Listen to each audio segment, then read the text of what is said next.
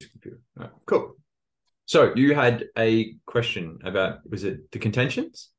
Yeah, so pretty much it was just about how do I develop contentions for topics I've pretty much never encountered, or maybe um just not thought about to a depth that I could um write an essay about. Okay. So let me just be clear. Is the concern here that you're struggling to come up with ideas for topics that you're unfamiliar with, or is it that you're struggling to come up with the contention in particular? I'd say both, but the original problem would be from the lack of ideas, particularly for something I'm unfamiliar with. Okay. Do you have any difficulty coming up with contentions for topics that you are familiar with? Mm, in an untimed condition, no. I can come up with a syllogism and body paragraph one, body paragraph two. And I'm just sort of training on doing that faster. But Mhm. then when I face quote sets that I don't know much about, then the lack of ideas starts to result in an inability for me to develop a contention and from that two body paragraphs. Okay, so there's a couple of issues going on here. Uh, Coming up with contention is a different skill than having ideas to say Yeah. about Okay. a particular topic. It's kind of like if you were a boxer, you don't train by fighting. I'm not saying you don't fight to train, but you practice a jab and you practice the right hook, you practice Yeah. stepping, you practice fitness, and all the various things that come together on the night as a fight.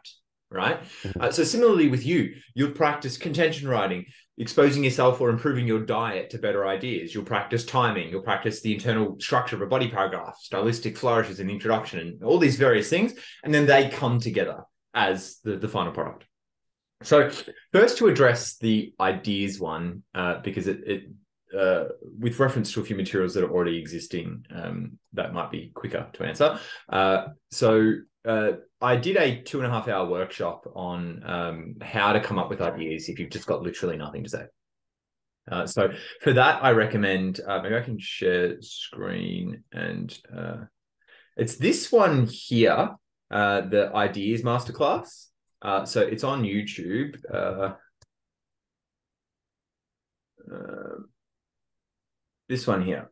Oh So, yeah. and then there's also a blog interpretation of gamsat quotes. That's less relevant to your question, but I would encourage you to do that. As far as having a foundation of better ideas and examples, these four are a great five, are a great place to start.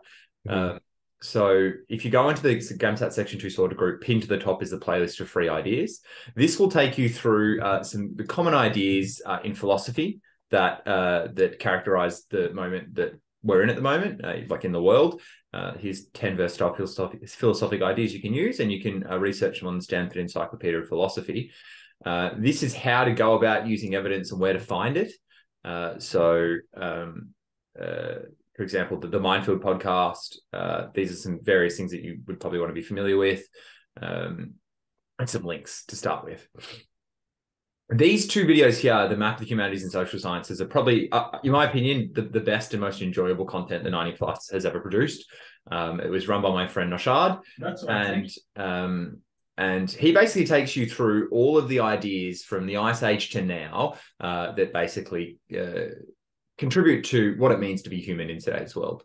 And if you understand the ideas that cause the world to be the way that it is, then that helps you firstly have more ideas, but work with greater agility when you get a prompt set, because the prompts are going to be for task A, something to do with the world around you, or for task B, something to do with the world within you. And since the world around and within you are characterized by a relatively small set of core ideas like liberalism, religion, secularism or scientism, um, technology, globalization. When you are familiar, capitalism, let's say, when you're familiar with these and can talk with reference to them, you'll find that you'll more quickly and confidently be able to have ideas about whatever it is that comes up. So, in one sense, there were two things I just discussed there. I began with indicating what to do, like just structurally, like what's the formula? What thought do I have in what order if I have literally nothing to say? That's worst case scenario. And you can go and watch that video. I won't repeat it for the sake of not doubling up content, seeing as you can go and watch that yourself. But then in the second instance, part of the solution of having more ideas is improving your diet. And you can do that. These resources will give you a myriad of ways to go about doing that. But, for example, some of them, to just in the morning, bookmark the New York Times, and the Guardian opinion section, which reads like a Section 2 essay. Just read it every morning. Listen to the Mindfield podcast. It's when you expose yourself to people who are writing and expressing themselves and thinking in ways that are intrinsically high scoring, you'll tend to kind of absorb that through osmosis, especially if you're creating notes and keeping them beside you as you write your essays and making a point to try and get as much of that into your essays as possible. Okay. So on one hand, that's how to come up with ideas. That wasn't what I understood your main concern was when reached out and asked for a hand. What I thought was the main concern, and what it appears partly is the main concern, is how to come up with a contention. And I wanted to jump on and explain that to you in person and record it as well, because it's probably the most common question I get asked, and I haven't got any resources up at the moment for it. So in the first instance, you might actually like, there's a TED Talk, Smart Brevity TED Talk, and the last 5 minutes or so of it are in some ways relevant to this, and something that you should read for GAMSAT, independent of whether or not you can come up with a contention. I might just quickly skip. Effective communicator. Can you hear that? Number one. Yeah. Stop being selfish. So this guy's an author of a book called Smart Brevity, and he owns a company that goes around to major companies and helps them basically be more brief and write more clearly. What do I mean by that? So much of writing is self-indulgent. We write about what we care about, and we write at the length that we want to write about. We don't think about the whole purpose of it, which is, what is the person that I'm writing this for or talking to? What do they actually need to know? So this is more important for task B. People can tend to be quite self-indulgent with their narratives. And you should only be interested in your own perspective to the extent that it tells you something about other people. What do they actually care about? Our company, the first two words of our manifesto are indirectly. So Pope Francis just gave a speech recently in Slovakia, where he joked when he made the announcement. Trying to find it. If it's an email, if it's a tweet, if it's a note, read, which is keep it simple. Keep it simple. Yeah. Like, hey, think of that one sentence is better than two sentences, one paragraph better than two paragraphs. Use simple, strong words. There's a reason you're taught a simple sentence structure when you're a little kid. Still works effectively today. It still works effectively. Keep it simple. If you're going to write about a banana, you're not going to call it an elongated yellow piece of fruit. You're going to call it a banana. If you're going to talk about someone lying, you're not going to say prevaricate. You're going to say lie. Keep it simple, which relates as well to point 4, which is be human. Write like a human. This bit. I see this in journalism all the time. I don't understand what happened to our species, that when you put a pen in our hand or a keyboard in front of us, we suddenly stiffen up, think we're a Harvard professor or we're Walt Whitman, and we try to show off in our writing. That there, right? That is the number one symptom of what goes wrong with contentions. People, for whatever reason, seem to have the idea that your mark is your contention, that you need to come up with something interesting or sophisticated or insightful. ACES specifically say in the information book, you will not be judged on the correctness of the opinions or attitudes that you express. In other words, it makes no difference what your contention is. It matters how you go about explaining your contention and what that says about you. To prove that point, I'm going to use a admittedly controversial example, but it proves the point.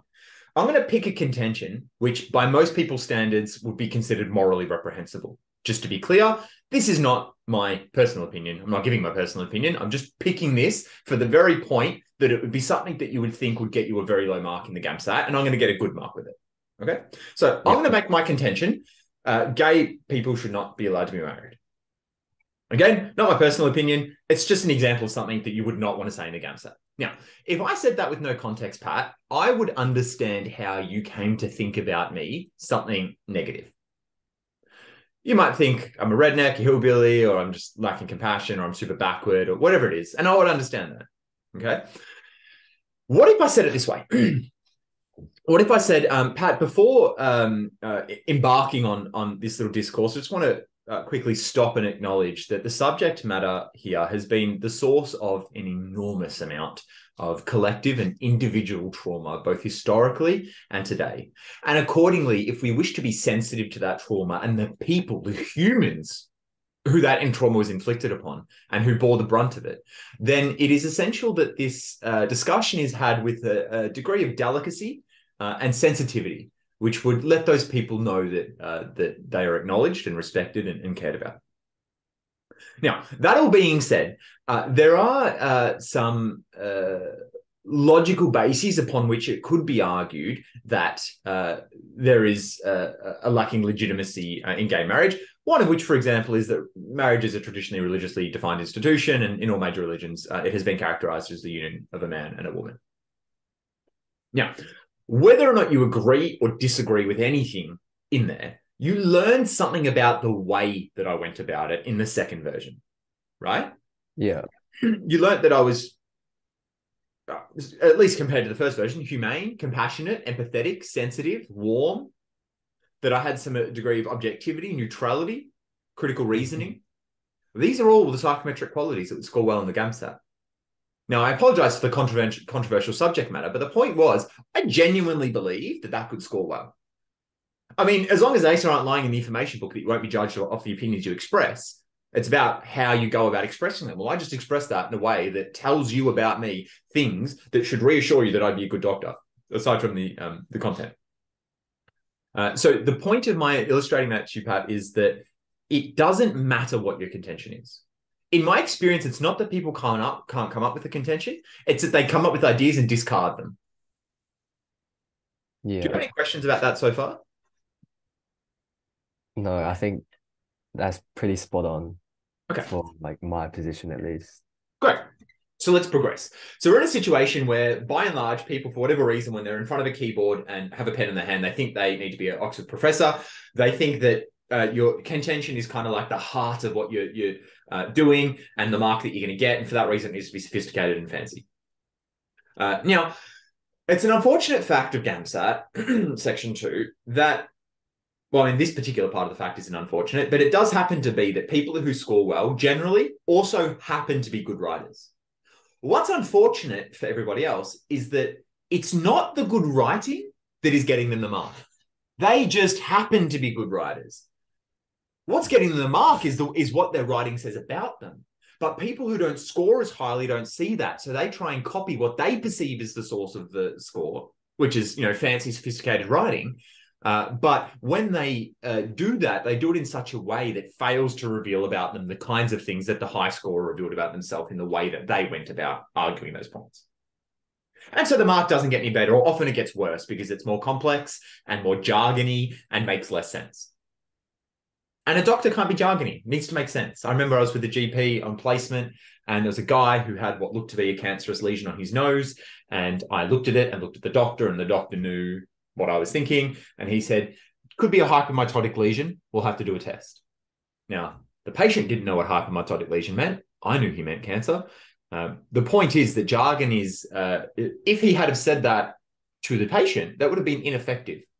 In the same way that when you write what you think sounds fancy in an essay, it's ineffective. The point of language is to get what's in your head into my head, such that the signal that gets into my head is as faithful to what you sent out as possible. The complex language fails to achieve that, which is why the guy in that TED Talk was saying, don't say prevaricate, say lie. Don't say an elongated yellow-shaped fruit, say a banana. Okay? So, that begs the question, what does a good contention look like? I don't think the phrase good contention is a good way of saying that. There's no such thing as a good contention. A contention is just what you reckon. What it genuinely looks like from where you're standing. See, let's say the topic was jealousy, Pat. How old are you? I'm 18. 18, great. You have 18 years experience with jealousy. Imagine I, at 31 years old, decided today, I already played the piano, but let's say I don't know, picked it back up, right? And I spent the next 18 years playing piano. After those 18 years, I would have something to say about piano. What it means, the philosophy, something deeper than it's a black box that makes noises, right? Similarly, you have something to say about jealousy. Life has shown you something. Now, you might not think it's smart enough or sound good enough. That doesn't matter. You've understood from the syllogism bit that the point of an essay is to have an opinion or to express an opinion. And when you have an opinion or want to express it, you need to give reasons for that opinion. And if you're going to give reasons, you should give good ones. And since you've got about enough room for 2 paragraphs, you should give 2 good reasons and give each of them a paragraph. And if you're going to do that, it should make sense that the 2 reasons should work together to make a convincing case for the point. And if you're going to do that, as much as you can get it to sound like a syllogism as possible, then that's ideal. Don't need to be a syllogism as long as it's a coherent argument. See, most people, let's say their argument was bananas are better than apples. Most people will say something like, oh, in the history of capitalist liberalist thought, bananas have come to be a commodity that's blah, blah, blah, bullshit, bullshit, bullshit. That's paragraph 1. And paragraph 2 is something like, I don't know, bananas often belie the reality of what it means to be a fruit because, right. My point here is that those 2 points had been completely incoherent in light of the contention that they're trying to prove. This plus this does not equal bananas are better than apples. That's how most people are going about writing essays. What you've understood, I presume, from the beginning of our chat, and you're having mentioned the syllogism, is that it is preferable to say, for example, well, I think bananas are better than apples. And if I look inside myself and wonder why that is, I guess it's because bananas taste better than apples. And I like the way that bananas look better. They are too. That's not a sound argument, but it's a coherent argument. It's coherent in the sense that the first premise, the first proposition, they taste better. The second proposition, they look better. Make a case for, if they're both true, they make a case for bananas being better than apples. Now, of course, it's not an airtight case. Someone could say, well, actually, I don't value taste and looks. I prefer fiber content and healthiness. And on that basis, apples are better. And I'd say that's completely fair enough. And in fact, I would go ahead and argue my essay using it tastes better and it looks better. And then in my conclusion, go, look, I acknowledge there are many criteria upon which you can decide what the best fruit is. I haven't acknowledged, things like healthiness, fiber content.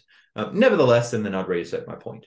Because then you'll learn about me 2 important things, Pat. Firstly, that when I have an idea, I have coherent reasons for it.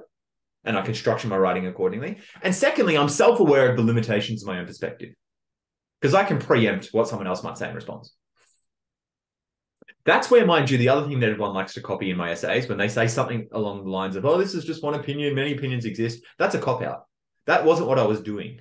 When I was doing what they think they're copying is I was genuinely looking back and acknowledging where I thought my argument was weak to show self-awareness. But when you just loosely say, this is one opinion among many, that doesn't show any self-awareness.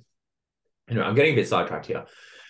So the point is, when you have a contention, it's necessary or you're obliged to just go with what you actually think. Here's why. Actually, let's give an example. Tell me something that you genuinely, give me any opinion that you genuinely have.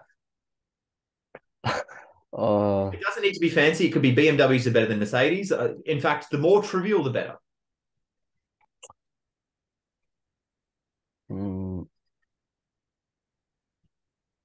I think everyone should go to the gym. Everyone should go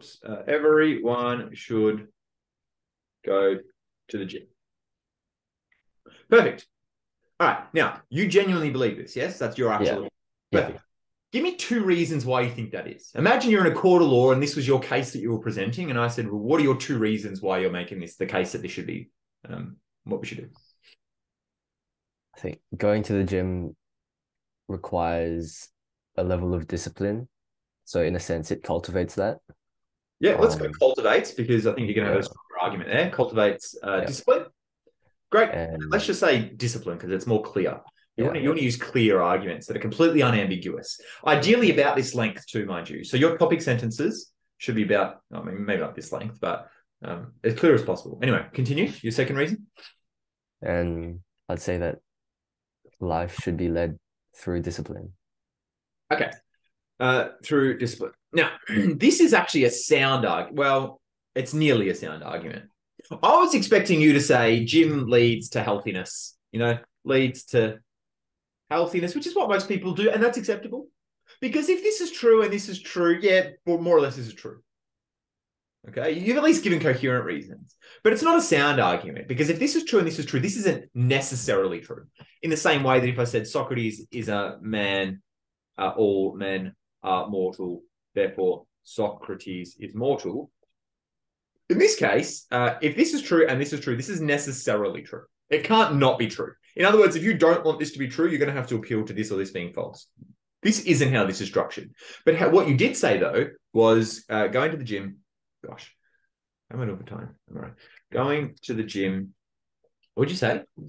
Life should be lived through discipline. Life should be lived through discipline. Now, this nearly makes us an argument. What this argument actually proved is that life should be lived through discipline. Life should, going to the gym cultivates discipline. Life should be lived through discipline. So going to the gym is how life should be lived. That's what that argument makes the case for. Not this. It's implied within this, sure. You might like to change the wording to say going to the gym cultivates discipline. People should go to places that cultivate discipline. Then that proves people should go to the gym. Or unless I suppose you went everyone. Everyone should go to places that cultivate discipline. Everyone should go to the gym. Now that is a perfectly airtight argument. If these two premises are true, this is inescapable. You have to concede this. Now, the point here isn't about syllogisms. I've ran that home too many times elsewhere. The point here is contentions. What I'm drawing your attention to is that, firstly, how long did it take you to come up with this? A couple seconds. Great. And then, given that you're aware that these now, given that, therefore, this is going to be your contention, therefore, and these 2 points that you gave, these are going to become your topic sentences. Topic sentence 1 will be exactly that. Topic sentence 2 will be exactly that. And body paragraph 1 will concern itself with proving this. Body paragraph 2 will concern itself with proving this. And you'll be able to come into your conclusion saying, well, therefore, my contention is correct. Now, how long does it take you to come up with your topic sentences? A couple seconds each. Mm-hmm. Isn't that interesting? When you pick something that you actually think, firstly, there's nothing to come up with. You just say, what do I actually think? And then, since you know in the way that we're teaching this structure that what you're going to do after you come up with what you think is ask yourself, well, what do I actually think that? And then pick the 2 best reasons. And if you can, arrange them in a syllogism. The thing is, when you pick something you actually think, you don't think that arbitrarily. You didn't wake up one day and just decide for no good reason to think that everyone should go to the gym. No, you had some experience that led to discipline and the discipline helped you. And you're like, oh, people should do this, right? When you pick something you actually think, finding your topic sentence is as easy as asking, why do I think that? Whereas when you pick a contention that's like, oh, in the history of neoliberalism, capitalist thought has declined in some bullshit, right, that they think sounds smart. When you pick something that you don't actually think, you're in a bit of a pickle because now you've got to come up with reasons for thinking the thing that you don't actually think. Now, how I describe this to, see, this was on easy mode because I asked you to give me any opinion. That's a little bit different than saying, give me your opinion on this topic. So let's say the topic was cooperation is the essential characteristic of human nature. Now, I'll just quickly acknowledge that for those familiar, this belongs in a set. And the one before it is, it goes, human nature is malleable. Cooperation is the essential characteristic of human being, and we cannot depend on human kindness and generosity. So this is in a set about human nature, not about cooperation. And so it would be an error in the context of the set just to talk about cooperation, because that's the part of this sentence that doesn't have anything to do with human nature. That's an aside. In this context, though, Pat, I'm not giving this prompt to you in a set about human nature. I'm just going to give it to you as a single prompt. So you can talk about anything to do with this prompt that you like. But here's what I want you to do. Do you have a best friend? Honestly, I have a bunch of good friends. Great. Pick a good friend that you hang out, whoever you hang out with the most. Yeah. Okay. Tell me their name. Anthony. Anthony. All right. And when you're with Anthony, like, what do you do to hang out? You drink, play sport? Yeah, we just muck around pretty much. So you and Anthony are mucking around. Yeah. And Anthony says, Pat, I think that cooperation is the essential characteristic of human beings. What do you think? Now, remember here quickly, this is not the gamsat.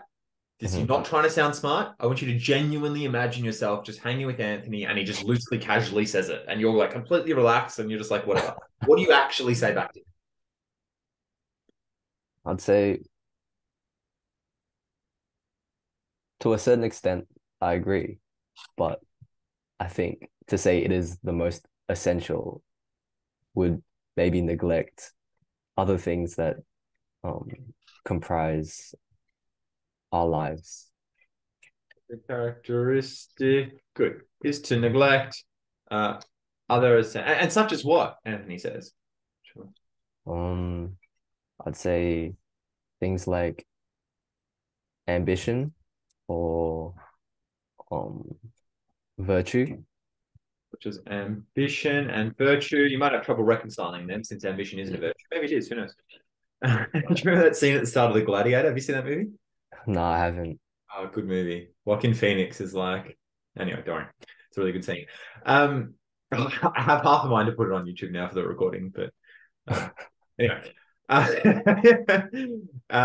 So yeah, great. This is a contention. Okay, it's what you actually think. Is that what you actually think? Yeah, I think that cooperation is important, but so are different things. Sure, great. That's it. That's how you come with a contention. Imagine with your best friend. See, I have never experienced in any other context than the gamsat people not being able to have an opinion. Everyone has an opinion on everything. You can't shut people up most times. When everyone's out on the drink, they have an opinion on literally anything. So it's not that you don't have opinions, it's that you think your opinions aren't good enough. But since we know now that it's not the quality of the opinion that's getting the mark, it's the quality of how you create a coherent argument for it and express yourself around it that gets the mark. And since we know that you're obliged to go with what you actually think, because that's the only way you're going to come up with the reasons why you think what you think effectively, you should now be reassured that no matter what it is that you would genuinely say to Anthony in that moment, no matter how good or bad you think it is, that will, as long as it's just a point, that's enough. And then it's how you go about making a case for it that gets the mark. That's really it. Do you have any questions about that? No, it just sort of made me realize how wrong I've been approaching this whole contention writing thing. Because, yeah, it was like you said, I was always trying to think of coming up with the smartest thing to say, and then I'd find myself having to come up with reasons for why that is, when I've never really thought of those reasons before because it wasn't an opinion I had in the first place. But if most people are trying to say simple things in complex terms, and what you want to do is say complex things in simple terms. So yeah, just remember, it's not about the contention. It's about how you go about writing the contention. And since there is, the entire 90+ methodology, both free and paid, that you can avail yourself of to express yourself in ways that are high scoring, all you need is just an idea, just something. It's just, and so mind you, that's for task A. For task B, it's pretty similar. But I'd encourage you to think of it. You think of task B a little bit differently than task A. Might have to hurry up. I've got a student soon. But see, so task A deals with things that are external to oneself. Task B deals with things that are intrapersonal: jealousy, hatred, marriage, what it's like to have a pet. Right? All these things are phenomena that occur within self.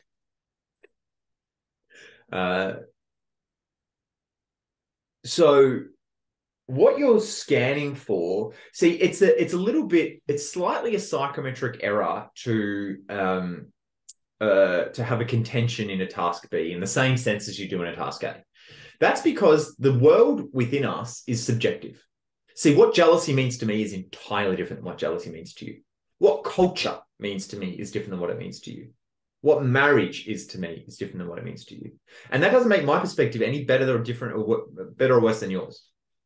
Right? I've just come to know it through my hopes, expectations, desires, dreams, the literature I've exposed myself, my culture, my upbringing. For me to contend what marriage is in such a way as to say, no, it is like this, is to miss the point that how I came to understand that as subjective. And so instead of a contention in task B, we focus our essays on what we call a central insight. Now look at the word insight. Sight, to see, in, as in not on, not superficial, in, underneath. So for example, instead of this isn't how you, actually I might not go down that line. I'll just say instead, you could think of it like, let's say the topic was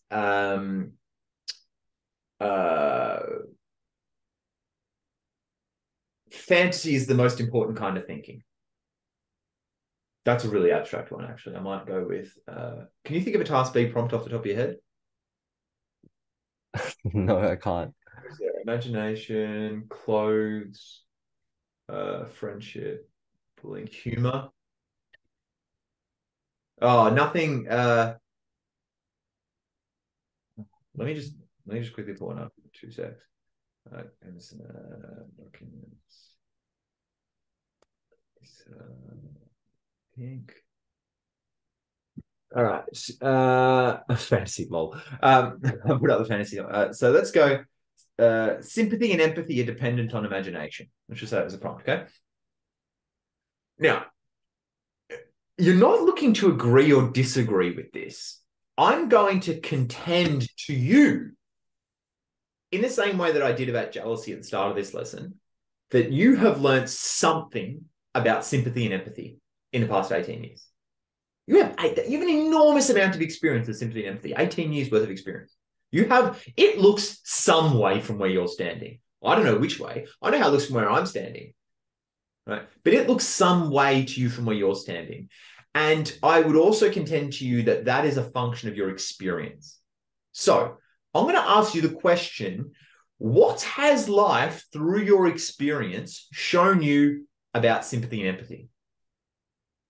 And actually, sorry, before you answer, let me just give you an example of what the kinds of insights we're looking for might look like. So for example, I don't know, if you're a woman, it's possible, I'm imagining only, that you might have learned not to make major life decisions on your period. Or for example, I've learned that when 2 people argue, nobody wins. I hope that wasn't offensive to any women, by the way. I'm being facetious. Or I've learned that no matter how far down the wrong road you are, turn back. Right? Now, what unites all of these observations or insights is that they can't be superficially observed. I can't see from the outside watching an argument happen that nobody wins. Maybe in some sense, right? But all of these things they became apparent to me through my experience. So now I'm asking you, Pat, through your experience, what have you come to know about sympathy and empathy? What has life revealed to you?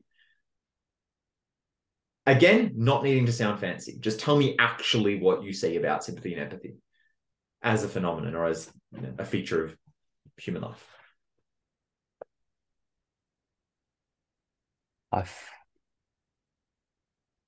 Whenever I'm talking to someone who empathizes with me, that's the moment where Whatever else you're going to say, and sorry, I don't mean to cut you off, but I'm cutting you off for a purpose of making the point that insert anything after that, that'll do.